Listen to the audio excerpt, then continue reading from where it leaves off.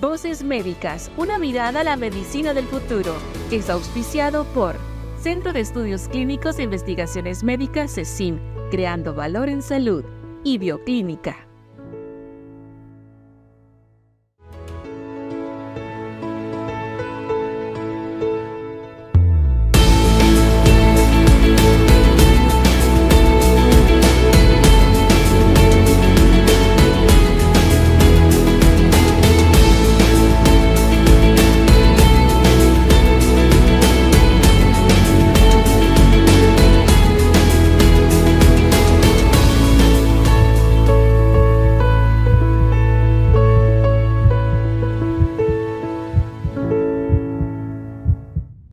Hola a todos, ¿cómo están en sus casas? Les doy la más cordial bienvenida a Voces Médicas, una mirada a la medicina del futuro. Mi nombre es Mariel Macay, soy la conductora de este espacio y los quiero invitar a que semana a semana nos reunamos para conversar sobre temas médicos y los avances de la medicina del futuro. También les dejo la invitación para que todos los miércoles a las 20:30 y los sábados a las 18:30 sintonice este espacio por TNE Televisión y por todas sus plataformas.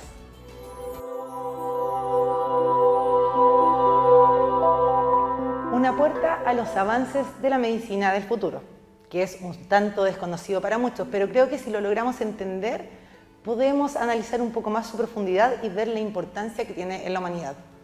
¿Tiene usted alguna caja de medicamento en su velador o en su casa? ¿Le han puesto alguna vacuna? Yo apostaría que sí. Y es por eso que hoy tenemos una invitada muy importante que nos va a explicar cómo este medicamento y esta vacuna algún día salió a la luz para todos nosotros. Me acompaña hoy la doctora Carla Saavedra, directora médica de CECIM y investigadora desde el año 2007. Hola doctora, ¿cómo está? Hola Mariel, ¿cómo estás? Muchas gracias por la oportunidad de estar hoy día acá. Gracias a usted por acompañarnos y que un poquito las personas puedan conocer en profundidad algo que, como introdujimos el tema, es muy común para todos, como tener un medicamento en la casa, una vacuna. Esto no parte solo. ¿Cómo nace todo esto y cuál ha sido el real impacto que ha tenido en la humanidad? Todo el desarrollo de los medicamentos viene desde los tiempos más antiguos, donde los chamanes, donde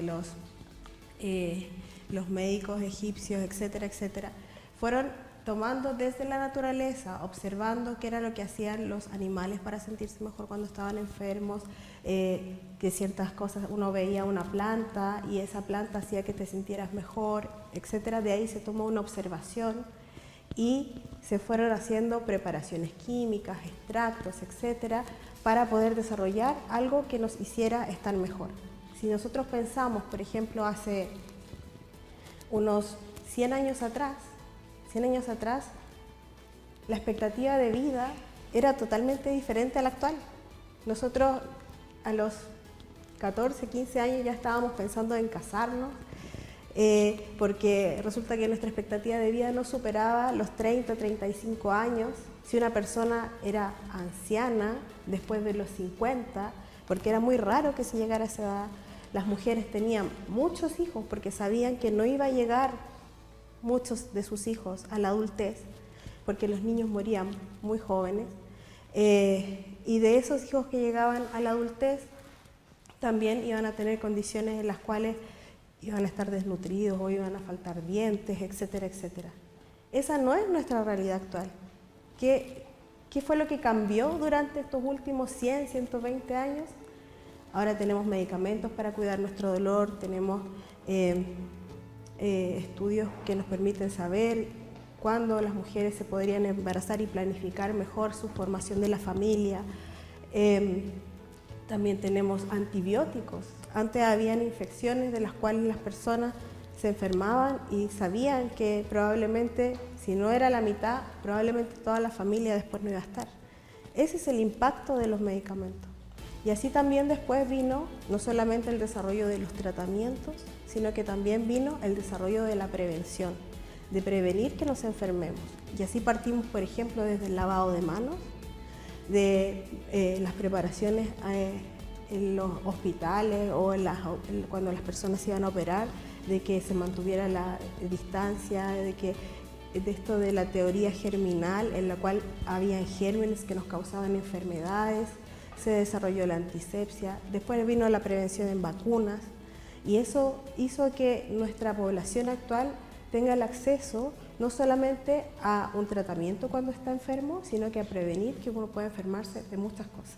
Doctora, y sobre eso, porque nuestra esperanza de vida ha cambiado, porque tenemos más acceso a medicamentos, pero parte de esto, como relató en toda esta historia, no parte solo. ¿Cómo efectivamente es que existe un medicamento? ¿Hay algún estudio, hay alguna forma de que esto nazca y que sea seguro para la población? Por supuesto que sí. O sea, no, es imposible que algo llegue a tu velador, como decías tú, a la cajita de remedio. Si tú ves, cuando tú tienes tu cajita de remedio, sacas el papelito, lees qué son las cosas que te puede provocar en beneficio, qué cosas puede producir en perjuicio, etcétera. Todo eso viene de una investigación detrás, ¿ya? Nosotros, para que logremos que un medicamento se desarrolle y que llegue a la casa de cada uno de nosotros, significa que al menos otras 1000 moléculas se han probado para saber cuál es la más efectiva y la más segura. Y eso es lo que podríamos definir como un estudio clínico. ¿Eso es un estudio clínico?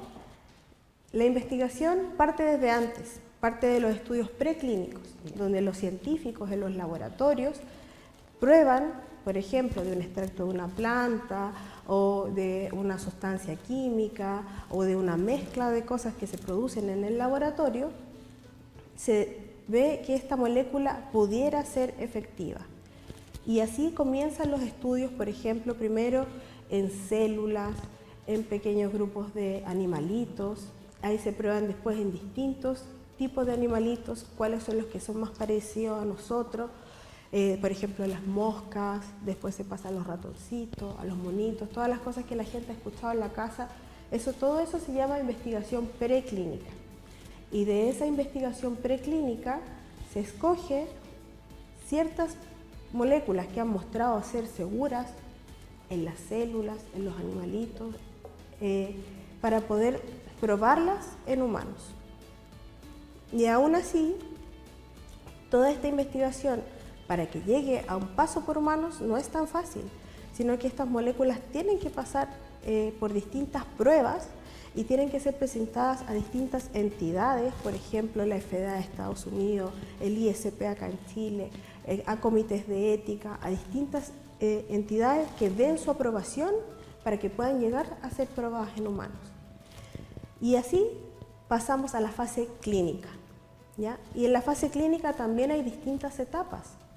Se tienen que pasar una serie de estudios, desde fases 1, fases 2, fases 3, juntar una serie de información y esa misma información que se probó en humanos pueda ser presentada a las distintas instituciones para que después pueda ser comercializada, por ejemplo, en una farmacia. Y hoy en día, a ver, nombramos a Chile dentro de este espacio, dijimos regulado por distintos miembros. ¿Cómo se regula un estudio clínico y cómo efectivamente una persona transita por un estudio clínico? ¿Qué tan seguro es? ¿Cómo se está regulando? A lo mejor nos podría aclarar un poquito más de este tema.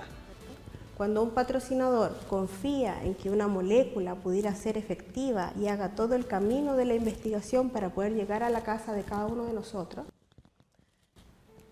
ese patrocinador tiene que presentar un diseño de investigación que pasa por las distintas fases que te mencionaba recién, ¿ya? Los estudios fase 1, por ejemplo, son los estudios en los cuales se va a exponer por primera vez a un paciente a recibir una dosis de un medicamento que no sabemos cómo funciona en humanos, ¿ya? Esos son pequeños grupos de personas en los cuales al principio se prueba siempre en personas sanas, porque lo primero es saber que esto que pensamos que en las células no fue tóxico, que en los animalitos no fue tóxico, no sabemos cómo funciona en humanos.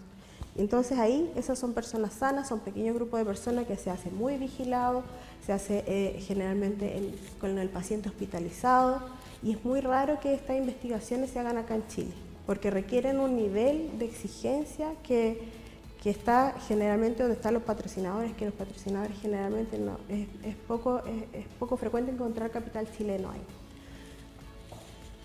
Después de que se probó que esta molécula no nos va a causar daño, que son los estudios fase 1 en personas sanas, después se pasa a la fase 1B, que se prueba por primera vez en personas enfermas y que se empieza a ver la efectividad. Lo primero siempre es no causar daño y después causar un beneficio. ¿Ya? Entonces pasamos a los estudios donde vemos si el medicamento es efectivo o no en este pequeño grupo de personas que presentan la enfermedad para la cual nosotros pensamos que sirve este medicamento. Y de ahí pasamos a los estudios fase 2. Los estudios fase 2 tratan de buscar la dosis más efectiva con los efectos adversos más pequeños, ¿ya? Si, por ejemplo, en los estudios fase 1 vimos que un medicamento podría causar, no sé, dolor de guatita, acidez, dolor de cabeza, todo eso se va describiendo, vamos viendo cómo funciona el medicamento en nosotros. Y eso hace de que después de los estudios fase 2, por ejemplo, se plantee que para este medicamento se den 10 miligramos, 20 miligramos, 30 miligramos. ¿Cómo encontramos esa dosis que sea más segura y más efectiva? Cuando logramos encontrar esta dosis más segura, más efectiva, se pasa a los estudios fase 3, que en general son los estudios mundiales, que se hacen en varios países al mismo tiempo y que el sentido de eso es probar cómo funciona en la diversidad de nosotros humanos, ¿ya? Porque nuestra genética es distinta, por ejemplo, en los pacientes que son asiáticos, los pacientes que son de raza negra, los pacientes que son blancos y sobre todo las personas que somos hispanas. Por ejemplo, en Chile tenemos una característica de la mezcla del español con los pueblos originarios y esta mezcla hace que nosotros tengamos propensión a ciertas enfermedades que no se ven en otra parte del mundo. Y es justamente por eso que es importante que en Chile se haga investigación, porque no tenemos cómo saber si esos medicamentos van a ser efectivos y seguros en nosotros si es que no se han probado en población chilena. Doctora, con respecto a las mismas pruebas, yo la quiero invitar que en el bloque siguiente hagamos una dinámica, ¿ya? Que tiene que ver un poco con los mitos y las verdades de los estudios para poder aterrizar un poco más este tema y que las personas en su casa también resuelvan estas dudas que yo creo que todos tenemos. ¿Le parece? Me parece perfecto. Entonces nos vamos a ir a una pausa y regresamos con los mitos y las verdades de los estudios clínicos.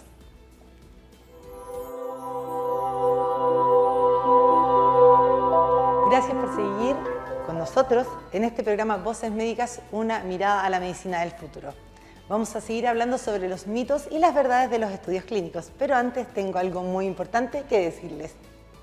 CECIM cuenta con casi 20 años de trayectoria en investigación clínica, desarrollando estudios destinados a encontrar formas o métodos de prevenir, diagnosticar, examinar o tratar una enfermedad de manera eficaz y segura. Para más información, escríbanos a nuestro WhatsApp, +569 3958 9270. Síganos en redes sociales, @cecim.cl y visite nuestra página web, www.cecim.cl. CECIM, creando valor en salud. Y para continuar hablando de los mitos y las verdades de los estudios clínicos, continuamos con la doctora Carla Saavedra. Doctora, ¿está preparada para poder responder estas verdades o mitos? Espero poder entregar la mejor información posible. Súper. Vamos a continuar hablando de las fases, de las etapas y quiero que miremos la pantalla para ver el primer mito. ¿Mito o verdad? Las personas dicen, nos van a colocar cosas tóxicas.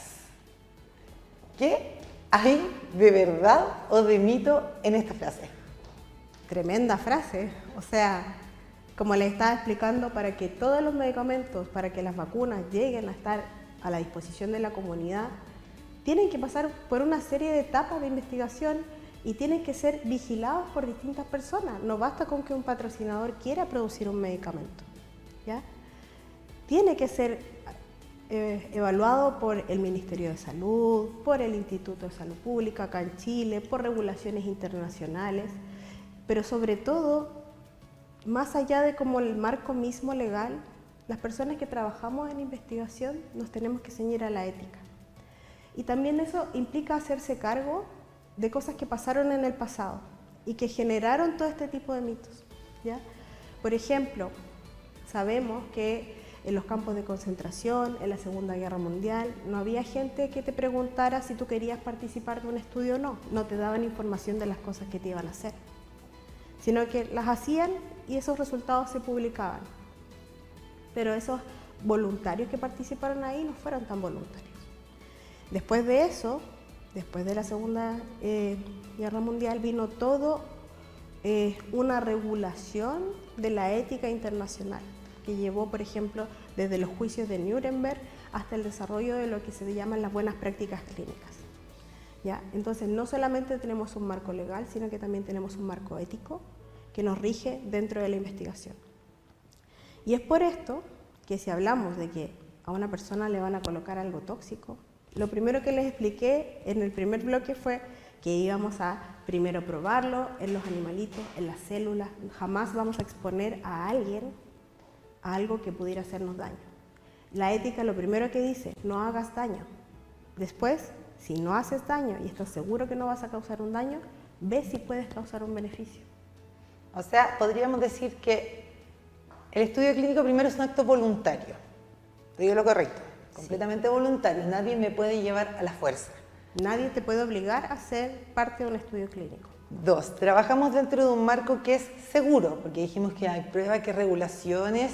Hay muchas personas mirándonos, muchas personas mirándonos. Un médico no puede llegar a hacer una investigación en humanos si no ha pasado por la aprobación del Ministerio de Salud, si no acá en Chile, si no ha pasado por el Instituto de Salud Pública, si no ha sido evaluado el proyecto por un comité de ética, y esto tienen que pensarlo también desde el otro lado. Una industria farmacéutica se va a meter a invertir la cantidad de dinero que tiene que invertir en investigación si no está seguro que va a después tener la retribución de eso.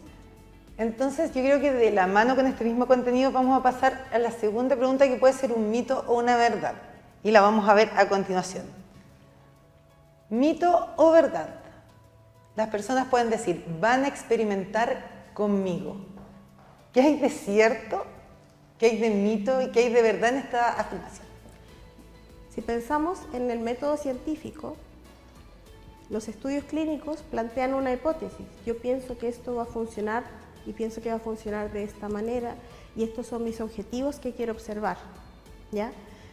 Cuando nosotros trabajamos en estudios clínicos, sobre todo los que son patrocinados, que son de la gran industria farmacéutica, que se hacen en varios países, te pasan un protocolo que está estandarizado, donde dice que el médico que trabaja en Chile, que trabaja en Brasil, que trabaja en Estados Unidos, que trabaja en Europa, tiene que hacer exactamente lo mismo.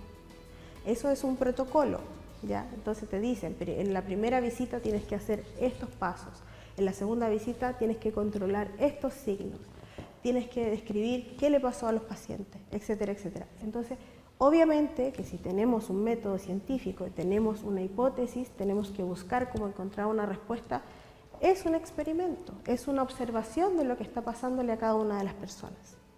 Entonces en eso, si tú dices, claro, van a experimentar conmigo, pero cuando el médico está en su consulta y te receta un medicamento que tú nunca has tomado, ¿ese médico no está experimentando contigo?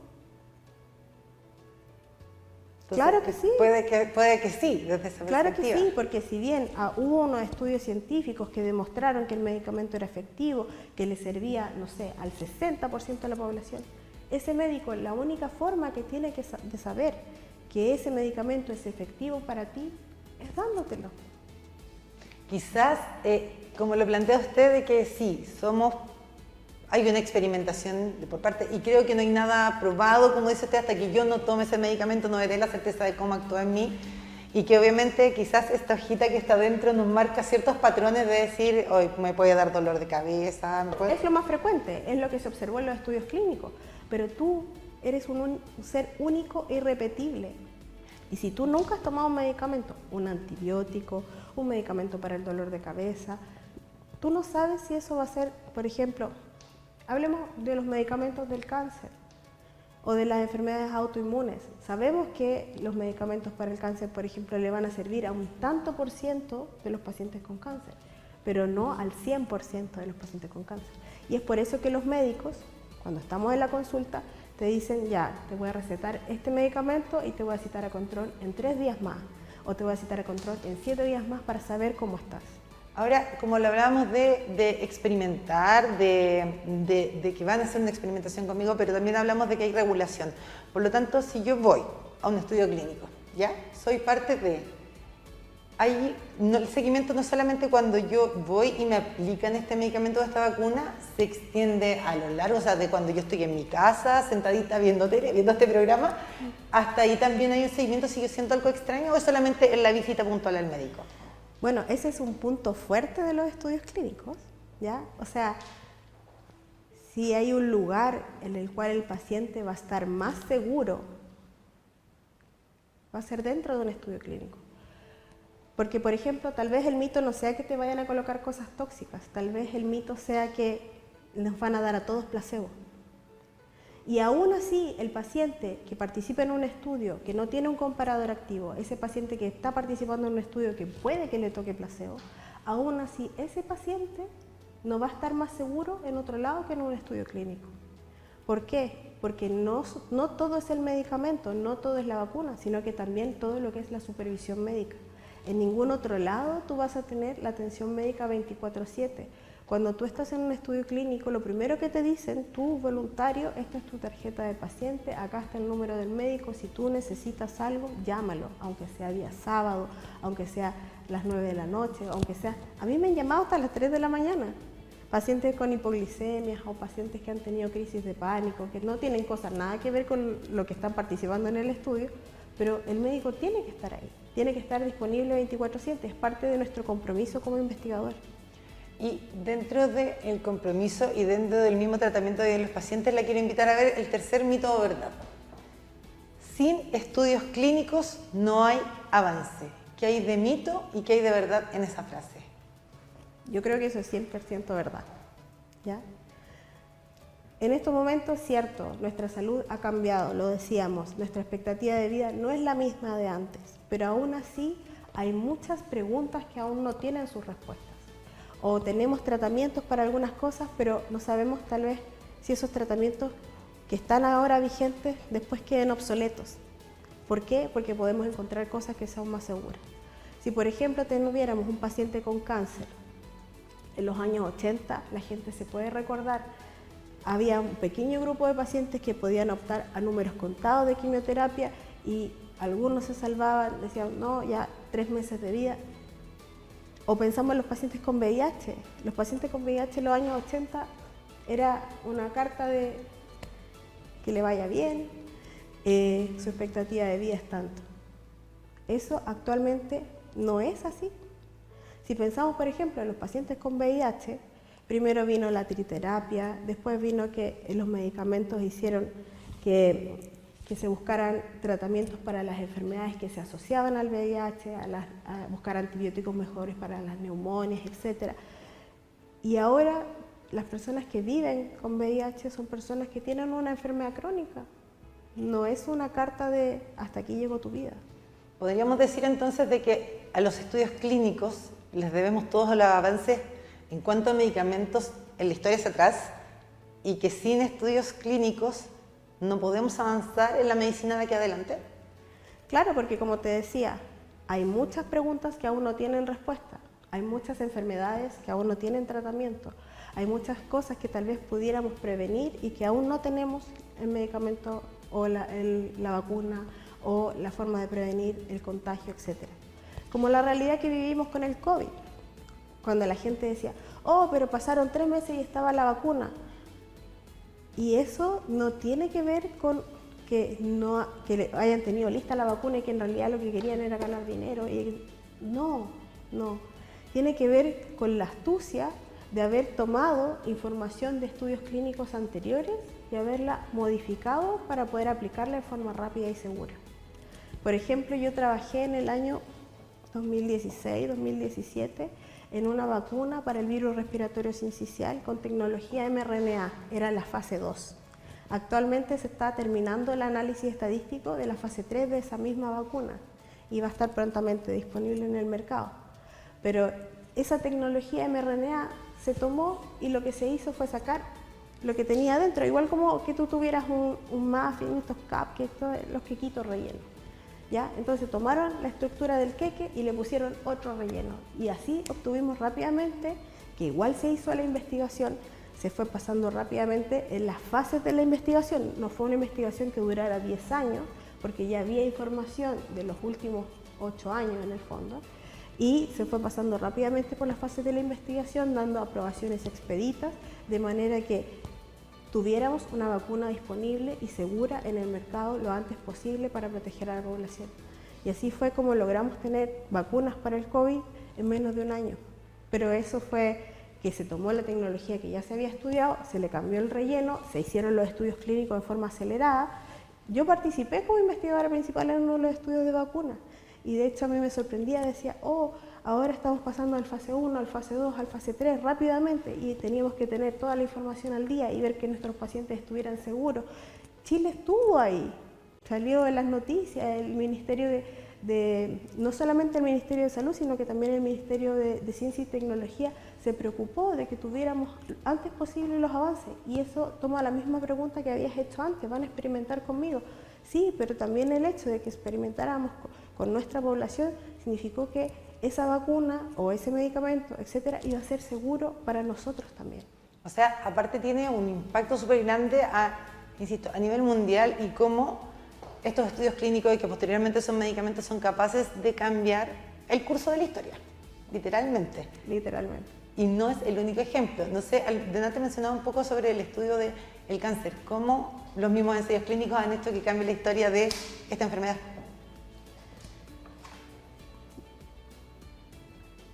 Si tomamos el cáncer, como les decía, en los años 80 habían unas pocas terapias disponibles.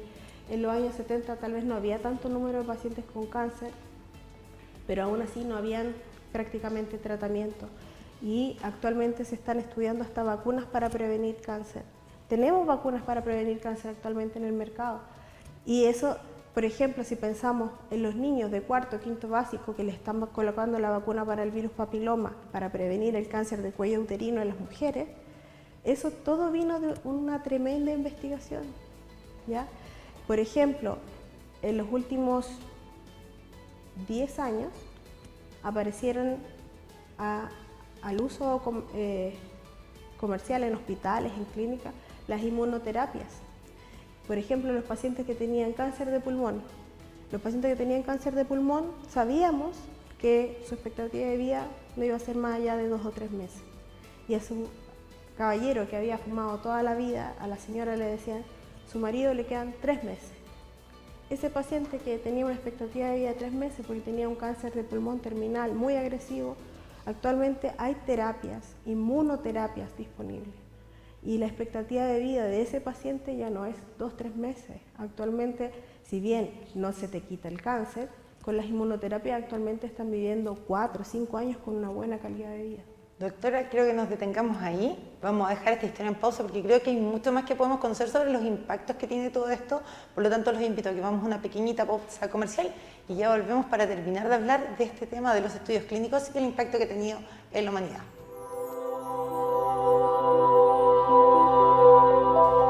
Regresamos para hablar de los estudios clínicos y estábamos, antes de irnos a la pausa, conversando sobre la importancia que están teniendo hoy, en la actualidad, estos estudios y cómo el desarrollo de estos nos enfrenta a otra cara de la medicina con una mirada más alegre hacia el futuro. Doctora, estábamos hablando de, por ejemplo, el cáncer, un paciente que antes tenía una esperanza de vida muy cortita, decían, su cáncer está avanzado, queda muy poco, hoy en día cambia el panorama. ¿Cómo se ve esto en otras enfermedades y qué podemos esperar hoy en día de los estudios clínicos en una mirada hacia el futuro? Los pacientes con cáncer, los pacientes con enfermedades autoinmunes, para nosotros como investigadores nos importa encontrar más respuestas a las preguntas que tenemos. Y estamos tratando cada vez de ir haciendo una terapia más dirigida.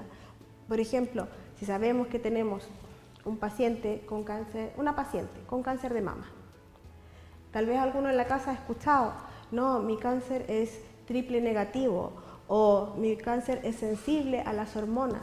Entonces, si el cáncer es triple negativo, significa que si yo le doy la hormonoterapia, ¿le va a servir? ¿No le va a servir?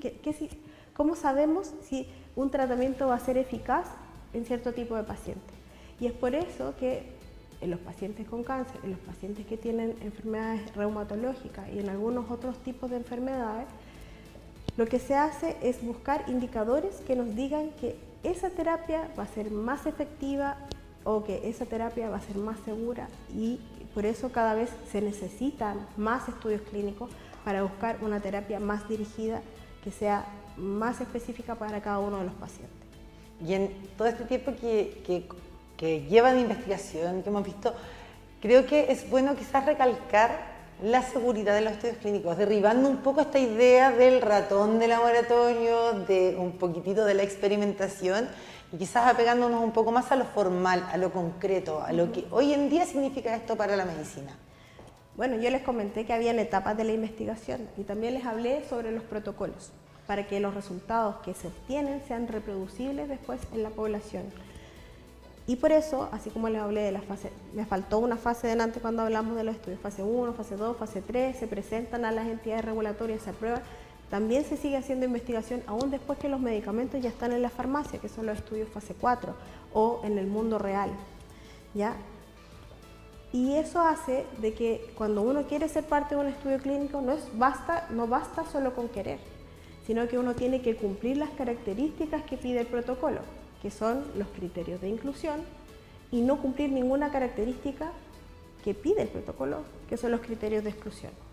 Y esos criterios de inclusión o exclusión son para definir que esta población que va a participar en un estudio sea un grupo de personas que nosotros queremos observar, pero también son personas que no vamos a exponer a un riesgo mayor.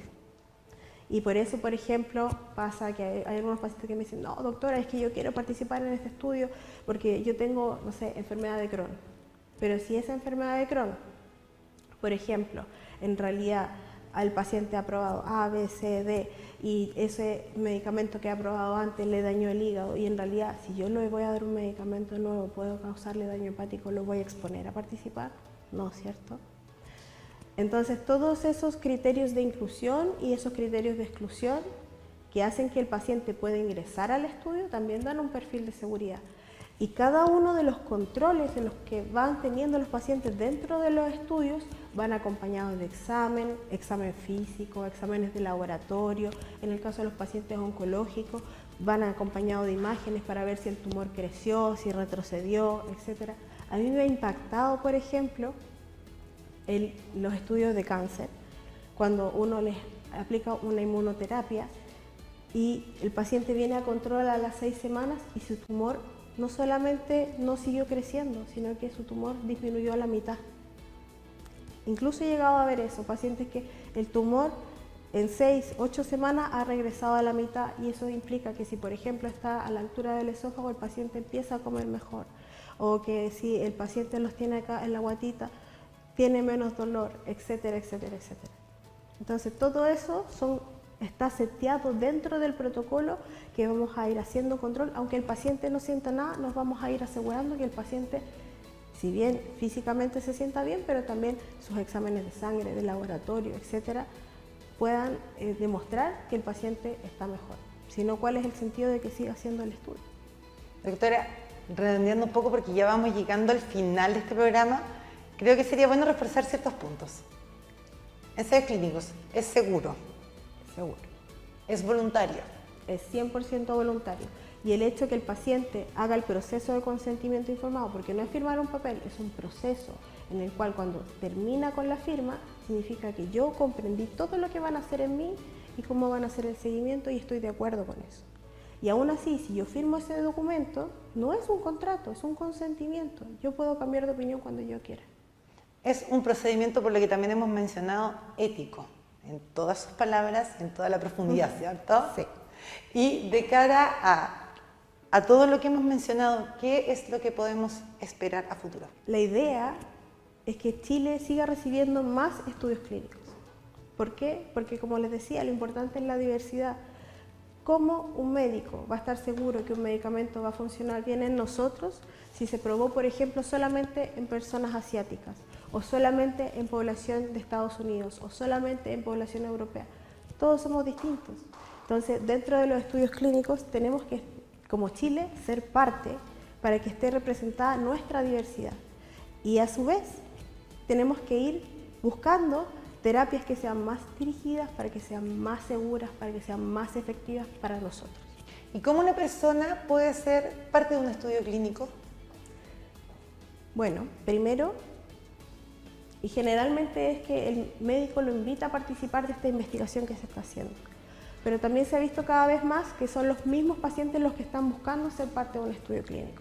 Y por eso, por ejemplo, en nuestro centro tenemos la información en la página web, está en las redes sociales, hay un contacto creo que de WhatsApp que puede el paciente recibir información y poder saber si es que puede ser parte de uno de nuestros estudios. Doctora Carla, yo primero que todo quiero agradecerle por haber participado junto a nosotros en este programa, por resolver dudas que las personas tienen en su casa, por derribar mitos y aclarar verdades, y porque creo que es un tema sumamente importante para la gente, así que completamente agradecida de que participe hoy en nuestro programa. Muchas gracias por la invitación. Y si usted tiene más dudas en salud, tiene dudas sobre ciertas enfermedades o hay temas que le gustaría que pudiéramos aclarar, los invito a que consulten nuestras redes sociales, nos escriba en @cesim.cl y nos acompañe también capítulo a capítulo de nuestro programa Voces Médicas, una mirada a la medicina del futuro. Los invito a que los días miércoles a las 20:30 horas y los sábados a las 18:30 nos siga por la señal de TNE y todas sus plataformas. Muchas gracias por acompañarnos en el programa de hoy. Nos vemos en el siguiente capítulo.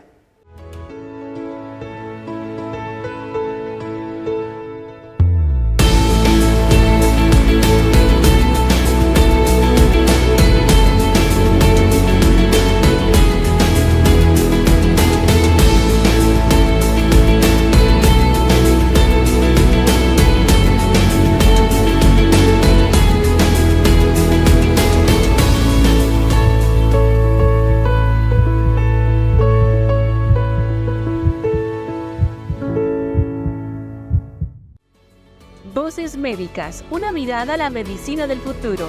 Es auspiciado por Centro de Estudios Clínicos e Investigaciones Médicas CESIM, creando valor en salud, y Bioclínica.